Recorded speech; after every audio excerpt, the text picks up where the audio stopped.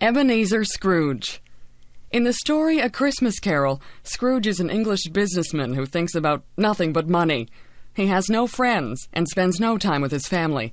He lives alone, eats alone, and works alone, except for his underpaid clerk, Bob Cratchit. Scrooge never spends his money, but hoards it all and prides himself on his frugality. Scrooge hates Christmas. It's all nonsense to him. People spend money on food and gifts and parties. Often they can't afford what they spend. Worse than that, they take a whole day off work, and so lose a chance to make more money. Scrooge is angry that he has to give his clerk the day off with pay. He feels that he's being robbed. Christmas is also a time when people are asked to give money to help the poor. Scrooge is angry when two men come to his door asking for donations. Scrooge argues that he pays taxes, which support prisons and workhouses. It is not his business to worry about the problems of other people. Scrooge represents businessmen who see the bottom line as all that matters. Scrooge's partner Marley had died 7 years earlier. He was like Scrooge in all respects. That evening, which is Christmas Eve, Scrooge is visited by Marley's ghost.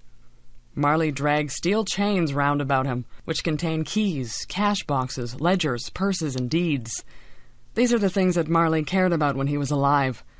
Marley is condemned in death to wander the world and tells Scrooge that the same fate is likely to happen to him. However, 3 spirits will visit Scrooge, and if Scrooge listens to them, he may escape this fate.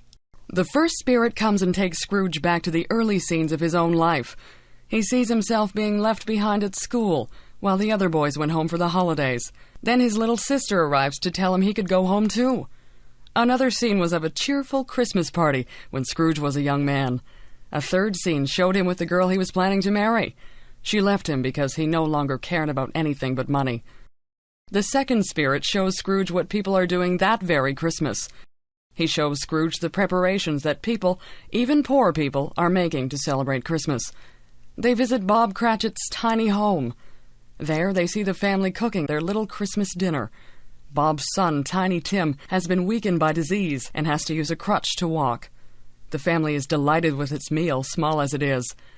They see other scenes of poor people, miners and sailors, celebrating Christmas. Finally, they visit Scrooge's nephew and view his Christmas party and its games. The third spirit was the spirit of Christmas yet to come, the future. This spirit does not talk, but points to scenes connected with Scrooge. They overhear some businessmen joking about someone who has recently died. Scrooge sees that he no longer occupies his usual place of business. The spirit then shows him 2 women who have stolen the bedclothes, curtains, and clothes off the dead man and taken them to a pawnbroker. The spirit takes Scrooge to the room where the dead man died. The only people who are happy about the death are a young couple who owed him money. The spirit then shows Scrooge the Cratchit's house, where they're mourning the death of Tiny Tim. Finally, the spirit takes him to a churchyard, where they stand among the graves.